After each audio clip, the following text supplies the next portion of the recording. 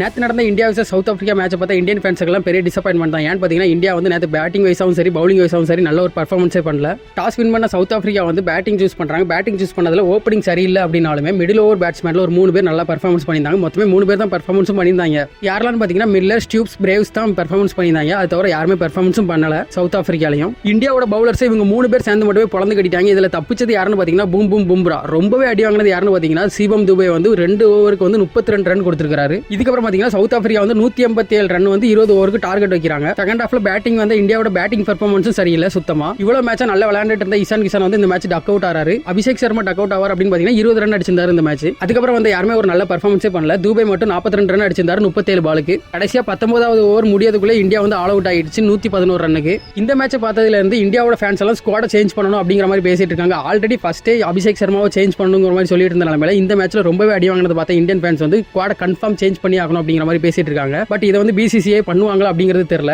இந்தியாவுக்கு வந்து இன்னும் 2 மேட்ச் தான் இருக்கு. 2 மேட்சா ஒரு நல்ல பர்ஃபார்மன்ஸ் பண்ணல அப்படின்னா இந்தியா வந்து சீரிஸை விட்டு வெளியே போயிடும். ஏன்னு பாத்தீங்கன்னா இந்த மேட்ச் வந்து கிட்டத்தட்ட 76 ரன் டிஃபரன்ஸ்ல வந்து லூஸ் பண்ணதுனால ரன் ரேட் ரொம்பவே அடி வாங்கிருச்சு. இந்த ரன் ரேட்டை மெயின்டைன் பண்றதுக்கு வர 2 மேட்ச் நல்ல ஒரு பர்ஃபார்மன்ஸ் பண்ணா மட்டும் தான் ரன் ரேட் வந்து மெயின்டைன் பண்ண முடியும். ரன் ரேட் இல்ல அப்படினாலும் கூட லூஸ் பண்ண வாய்ப்பு இருக்கு இந்த சீரிஸை. இந்த வீடியோ பார்க்குற நீங்க என்ன சொல்றீங்க? பிசிசிஐ வந்து இந்தியாவோட ஸ்குவாட சேஞ்ச் பண்ணணுமா இல்லையா அப்படிங்கறத கமெண்ட் சொல்லுங்க. அது மட்டும் இல்லாம இந்த மாதிரி வீடியோஸ் தொடர்ந்து பார்க்கணும் அப்படின்னா நம்ம சேனலை சப்ஸ்கிரைப் பண்ணிக்கோங்க.